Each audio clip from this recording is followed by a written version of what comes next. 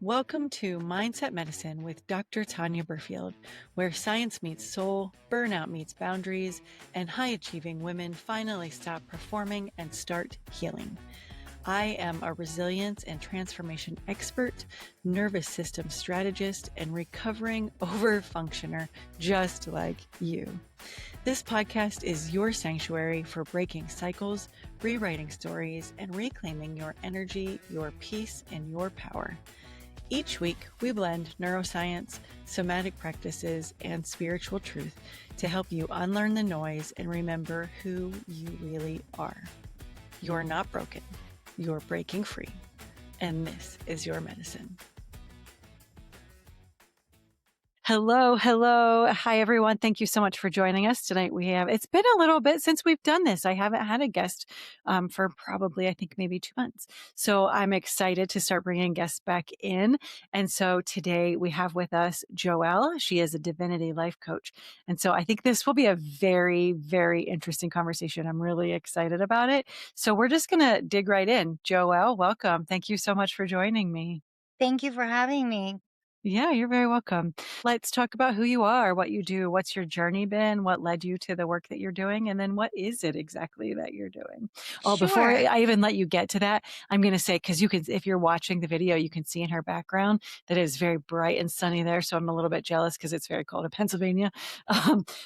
So you are in Florida, right? I am. So I'm in Naples, yeah. Florida. Oh, I didn't realize it was Naples. That's gorgeous. So Yeah. definitely warmer than Pennsylvania, but not the typical warm weather that you're normally seeing at this time of year. No, we're having a little bit of a cold front. A little bit of a Yeah. cold front. So Yep. giving me a little time of doing some work and some journaling in my own, Perfect. Yeah. Take care of Yeah. yourself while you have the opportunity. The poor iguanas, we keep seeing them being rounded up as they fall from the tree because it's too cold for them to survive. Yeah, they need sweaters or something. Right? It's that time of year.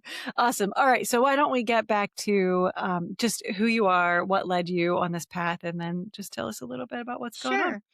So I'm a registered nurse, but I practice holistic nursing. I relocated to Florida about 5 years ago from New York, upstate New York.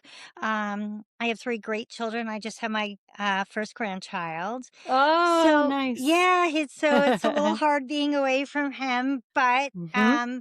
my journey led me to Florida. So I took a path through what I guess I would call a healing journey, spiritual awakening, different levels of transitions of that. And I relocated to Florida after I raised my children and went through a pretty traumatic divorce. Mm-hmm. And which led me to another level of awakening. To be quite honest and transparent, I had a suicide attempt 13 years ago. Mm-hmm. Um, but it was a rebirth. It was a Yep. rebirth. And through that, after going through a terrible custody battle and then raising three amazing children, my soul, God led me to Florida. And I moved here maybe thinking maybe I'm ready to find my soulmate after staying single, raising children. But I found my soul instead and my soul Mm, purpose. So over the past 4 or 5 years, I turned my nursing into a more of a holistic coaching to kind of help people really work through their wounds, their trauma.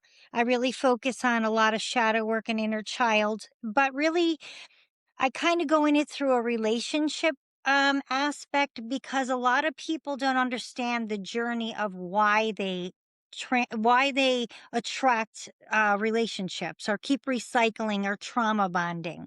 So mm-hmm. I kind of go in it that way, but it really does take us back to inner child healing and shadow work and really working through not a change, a transformation. And a lot of people who align with me are at some spiritual level because I really Mm-hmm. truly think that most people go through change through pain, not through, Mm-hmm. so Mm-hmm. I've authored a couple books to kind of help people to identify with me. I wrote a book, The Rebellious Soul, and that's my story of my struggles, and Mhm. I wrote another book called Unveiling the Mask: A Journey to Our Authentic Soul, because it kind of helps Mm. people to understand those masks that we Yep. pick up through childhood, right? Mhm. So, my focus is attracting souls that are ready to do the transformational work, because especially today, I know a lot of people are struggling in the world, but it's really Mhm. heavy now. It's Mhm. extremely heavy. And if you don't have some form of faith or higher power, people are drowning in addiction, in just so many struggles, searching for peace, and to really guide them back to their inner healer, because that's where the true peace comes. And I know that we all have been through a point of trying to seek outward validation, whether it's materialistic, some type of escapism, but it's never going to fulfill that soul. And that peace that you find through the healing journey, and it is a journey. I tell Mhm. people, you're never done healing. It's different level, new devil, we're Oh, always I on love that. that. It's Yep. true. And so people ask me, and I basically say, I'm like a spiritual midwife. I'm really trying to guide you to your inner healer. I'm not a lifeboat, I'm a lighthouse, and you are your own healer. And the Mhm. truth really comes from digging in and working through the trauma. So I've been trying to put myself out there on Legacy Makers and doing a lot of interviews and podcasts Mhm. to get more visibility, to attract the right souls that really want to do this work. Because as you know, it's not easy work. It's Yeah. hard work. It's painful. It's different levels of feeling good and then going back and have another ego death, right? And the thing I love you speak about is true, is we really store our trauma physically, and that's where I integrate my nursing, because Mhm. so many people have physical illnesses, and it's truly because your emotional suppression, and Mhm. that's really where the physical pain's coming from. And, Right. so Mhm. our nervous systems are on high alert all the time. Even when we're Mhm. aware, I find myself sometimes really, your jaw's tight, and I'm like, for a minute, I'm like, whew, let's take a couple Mhm. deep breaths and just kind of Mhm. regroup. So that's kind of where my journey's taken me, is to turn my wounds into wisdom, and really had to go through that fire to be the medicine for others, honestly. Mhm. Mhm. And it's not an easy journey, but it's truly my soul path. Mm. I have been making notes as you've been talking. There are so many nuggets that you just shared that we need to dig into. I'm just going to show Yeah. you this. I'm going to hold up my book because guess what's on the cover Radical of it? resilience. And it's a lighthouse because I Isn't very that much believe the amazing? same thing, right? So Yeah. I think So that's great. fantastic. Yeah. Yeah. One of the things that you like one of the things you shared at the beginning was that you moved to Florida looking for your soulmate, but instead you found your soul love. And the timing of this, isn't this the way that it always works, though? The timing of that could not be better because for the month of February, that's what I am talking about is self love. We cannot do anything if we are not loving ourselves the way that we need to. You can try to work your way out of anything. You could heal, you could try to do all the things. But if you are not loving yourself in the way that you deserve, you are not moving forward in a way that you should be. I know they're trendy words like the empowerment, authenticity, alignment, but they're true. Like I hate using those now just as like work that I do, but that's what it really comes back to. And just because they're so trendy, but if we're not taking the time and we're not doing that, then there's no point. You can put band-aids on everything, but we're not going to get to the place that we need to be. It's true. And, so many people, we're having so many, not, there's so many failed relationships, and people don't Hmm. realize. And I have a really great program and it can be for men as well, but I've been Hmm. focusing on women, and it's the secure attachment. It's working with me for 12 weeks, and it's really, um, surrounded around why we keep attracting this. And what people don't Mhm. realize is you're the problem. It's not Right. we're the problem. I'm putting it out there No, straight. Like, it's you wonder true. why. Guess who's the problem? Yep. You. Mhm. Just like Mhm. I was. We are the Yep. sacred mirror, and if we can be bold enough to really want to stop trauma bonding and heal those mother father wounds, Mhm. I'm offering this really amazing course, because it's not a course, it's one-to-one coaching with like a lot of, but we're Mhm. going down deep with it, like Mhm. why it keeps happening, because it does happen. We're Right. chasing that father love we never got, or that Mhm. mother love for men, Mhm. or Yep. and it's just, our gifts are under our trauma. Our purpose is under our trauma. We're not Mhm. meant to spend our life alone, but unfortunately, more and more people, even the younger generation, are not getting into connected relationships. And it's so Mhm. sad. There's so many Mhm. people, that are not understanding that it's something in us. It's Mhm. our low self worth. Our wound is attracting their wound. Yep. Then Yep. you get that Tom and Jerry anxious avoidant, and it's just a cycle of dysfunction. Yeah. You talked about the mother father wound, and I like a lot of the women that I work with, and if anybody that's listened to this for a period of time knows that I've talked about my own sort of struggles with some of this. It is just standard for women, especially, to have mother wounds, whether they're deserved or not. That's the thing that I think is really important to talk about.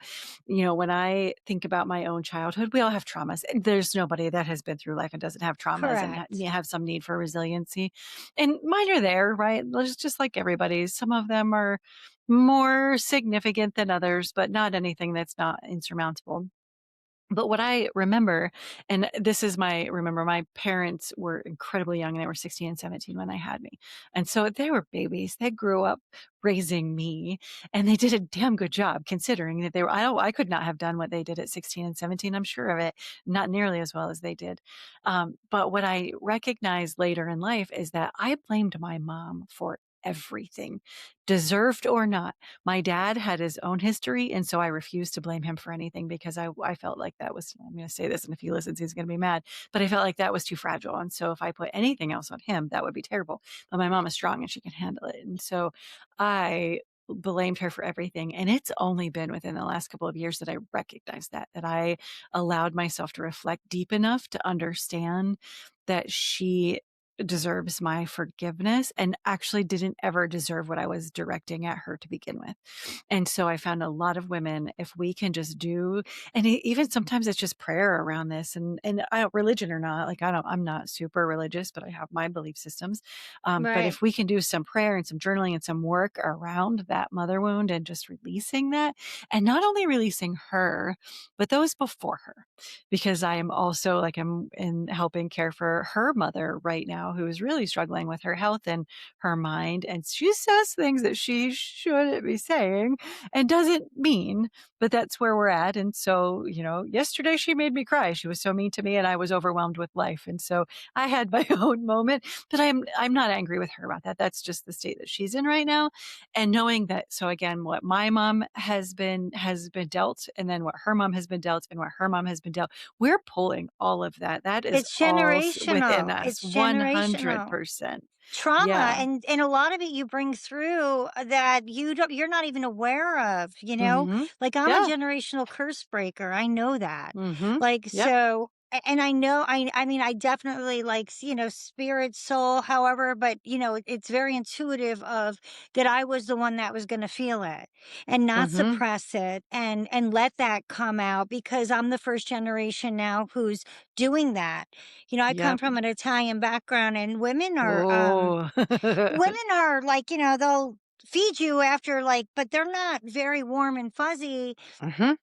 I'm more like emotional, but you're right, it's very generational. It's passed down from generation. Mhm. And that's where we wind up too. Then we get in those masculine, feminine, we're at war with ourselves, where we're Mm. so in out of line of our energies, and that's another why relationships fail, because we're not Yep. in our feminine of receiving. We're men are not in their masculine, we're not in our feminine, we're all in wounded energy, and that we're just everything's so dysfunctional. Yep. And I mean, Yep. it takes, so many people to keep becoming more self-aware that want to heal these wounds that's going to heal the next generation. Mhm. You said something there plus something before that I wanna touch on. So you talked about receiving. That's been a huge thing for so many women. We give Yeah. and we give and we give, but we are not open to receiving. And like the stupidest, silliest example is if somebody pays you a compliment, you know you're doing this when somebody pays you a compliment and you make an excuse for that compliment. I like that top. Great, I found it on sale. Well, so just receive the compliment. Right. Understand that somebody was telling you something nice, and so just receive that, and women do not always do that very well. We're just No, I expected had to a give.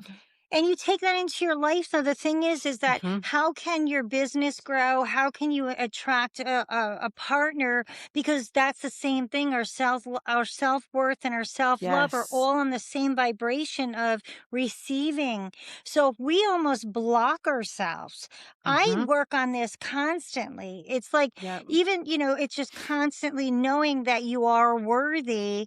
I had to get to the place too of raising 3 children on my own and really Mm. doing everything on my own to and because speaking to being a young parent, I had my first daughter at 17. So, Mm. You get she's it. 40 now. She's going to be 40 now and she's a nurse too, but it's like I was a child raising a child. Mhm. So, the whole self-worth, self-love was a humongous karmic correction for me, and Mhm. having to understand myself, and then knowing that now when someone says, "Oh, let me do that for you," it's really hard, but it's getting easier to say, "Oh," just to say thank you, not Yeah. feel that you have to do something in return, because Mhm. that's the people pleaser, the overgiver. And Yes. we do these things so subconsciously. It's truly like bringing the subconscious conscious to do the healing. Mhm. And that's where the deep work comes in, but then you get such freedom from it. It's I so feel like true. sometimes we're just prisoners in our own body, in our own like Mhm. emotional state. And Mhm. when you can break free from these things, there's some real freedom and relief with that. Mhm. I feel like there's something too that's like an autopilot where we're just sort of living mindlessly, we're just existing rather than stopping and reflecting on what we could be doing different or better. And I think too, um, something that you said earlier about you can't change without this pain is it's never comfortable, right? And so No. growth only comes from your discomfort.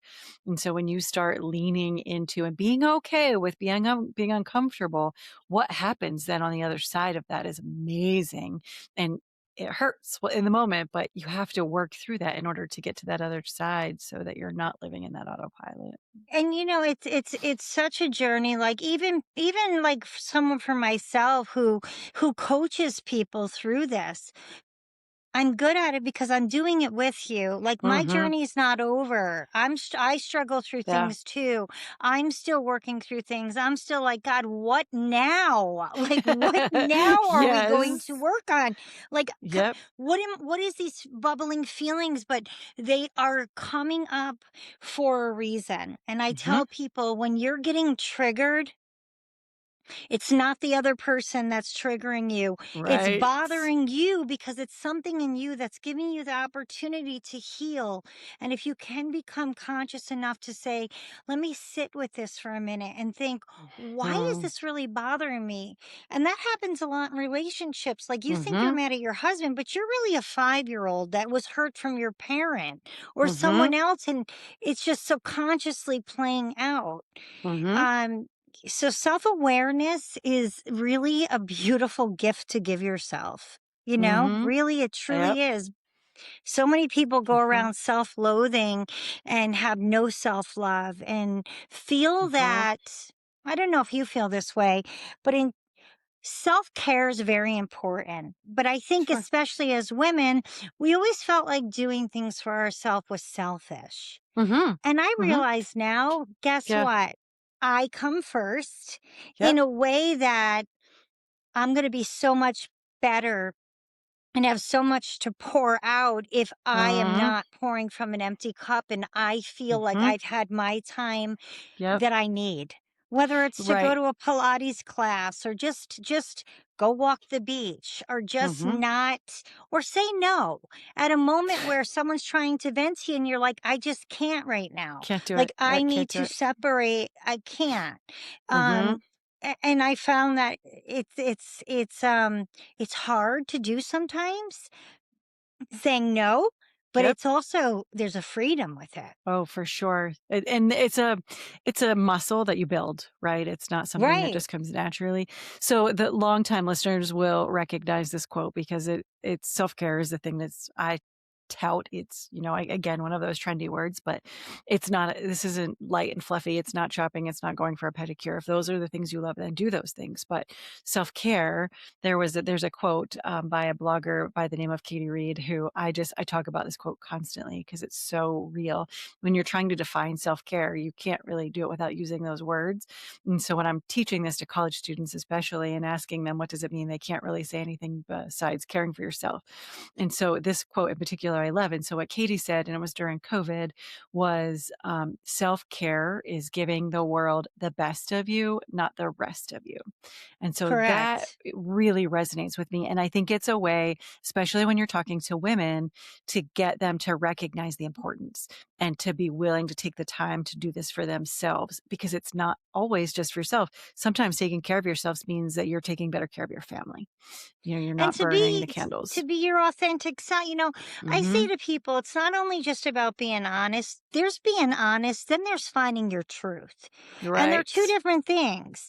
They're Mhm. totally two different things. And when you find your truth, then you really kind of don't waver on that and to be your true authentic self because when you're not being your true authentic self to maybe people please or overgive, you're honestly you're resenting it actually. Mhm. So I just found through the years, and I'm 57 now, and I wish I had learned this stuff. I wish I talk to my two daughters now, my son, and really give them some guidance now. Mhm. And, they didn't always see me this way. They seen me go from the point of really crawling Mhm. through the fire of flames of pain to now what you can turn and alchemize that pain into.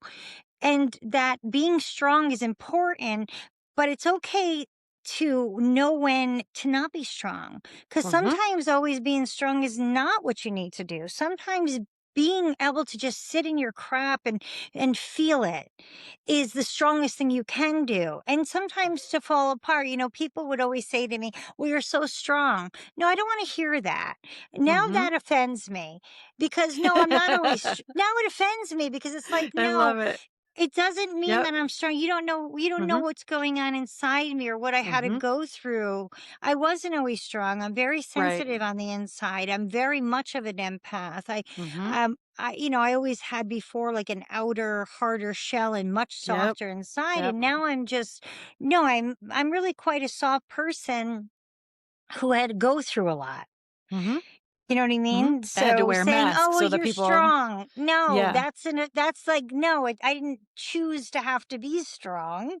I Yep. chose not to become bitter. I chose Mm. to let my pain now help other people to understand um, that it's okay, that our feelings are meant to be felt, but and our trauma is there, but it's not Mhm. to define us. It's not who we Mhm. are.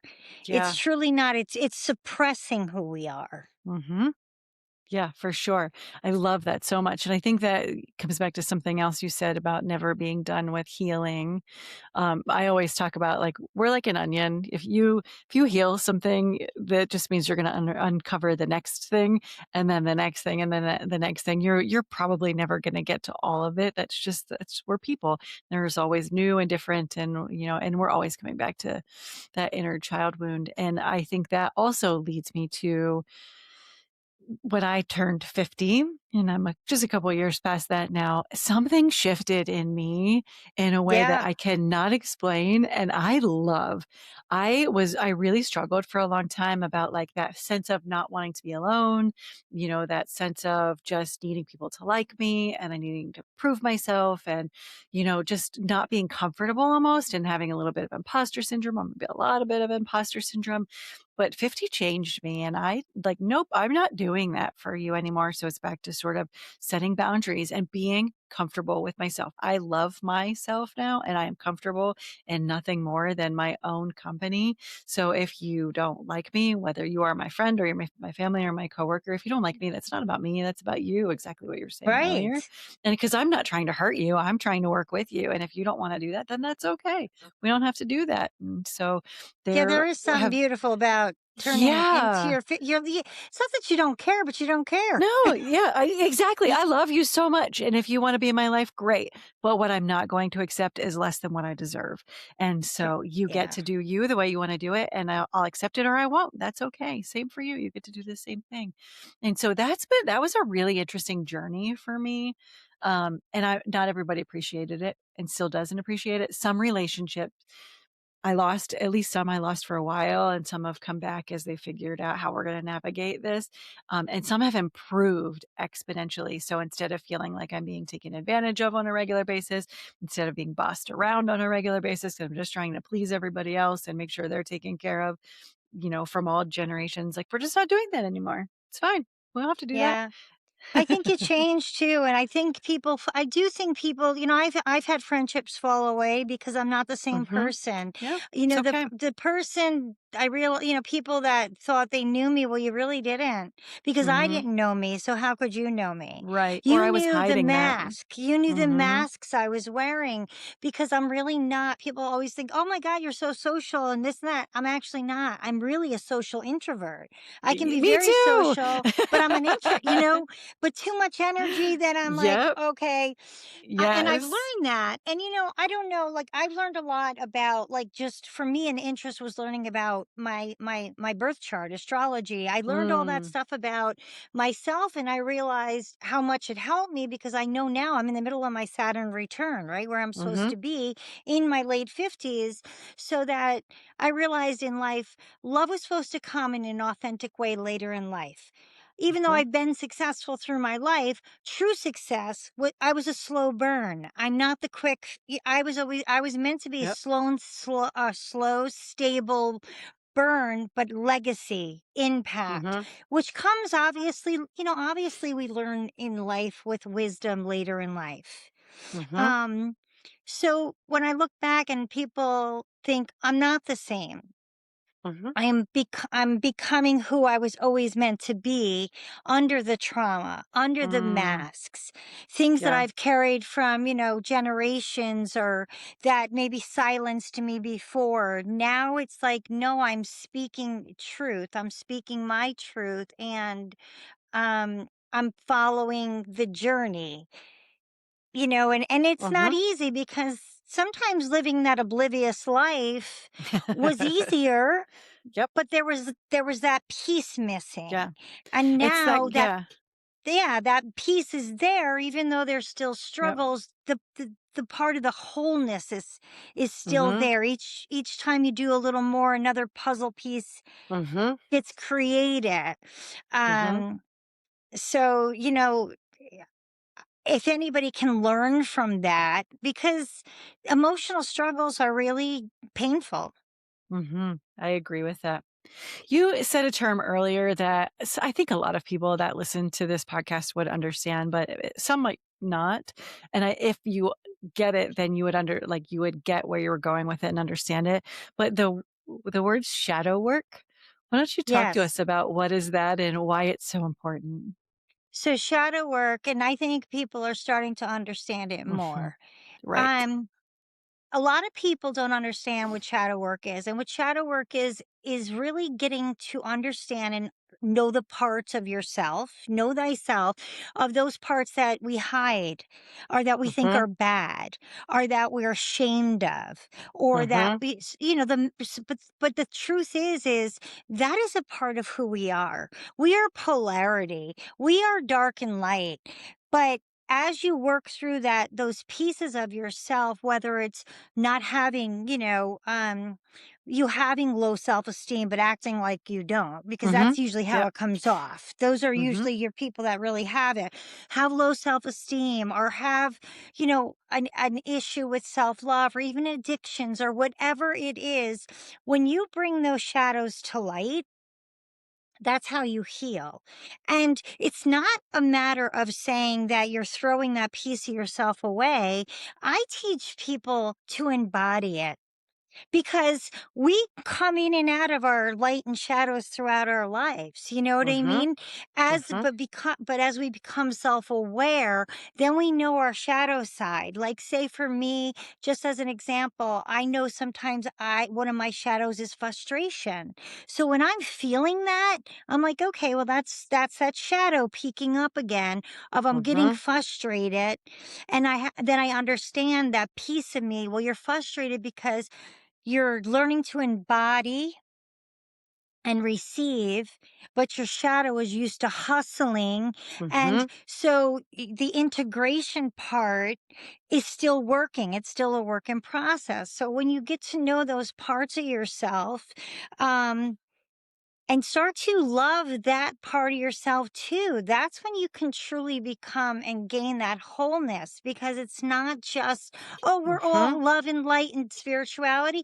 Guess what? Mhm. Or in healing, I have Yep. bigger boundaries now.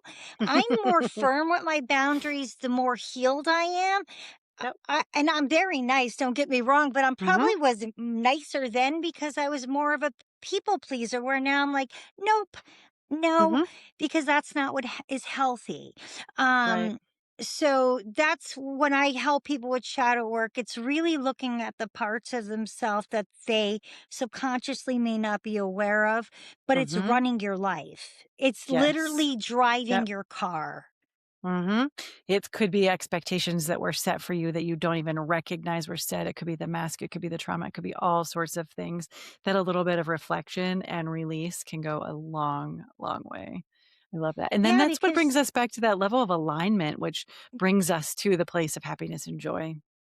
Yeah, because think about how we're programmed, and I mean, we are programmed from the minute we step, into this earth. Because our parents, thank God, my first grandchild, my daughter, has is awakened and she's spiritual, and she is more aware than what I would have been at that age. Because Mhm. what do? We program our children to be like the way we want them to go, but guess what?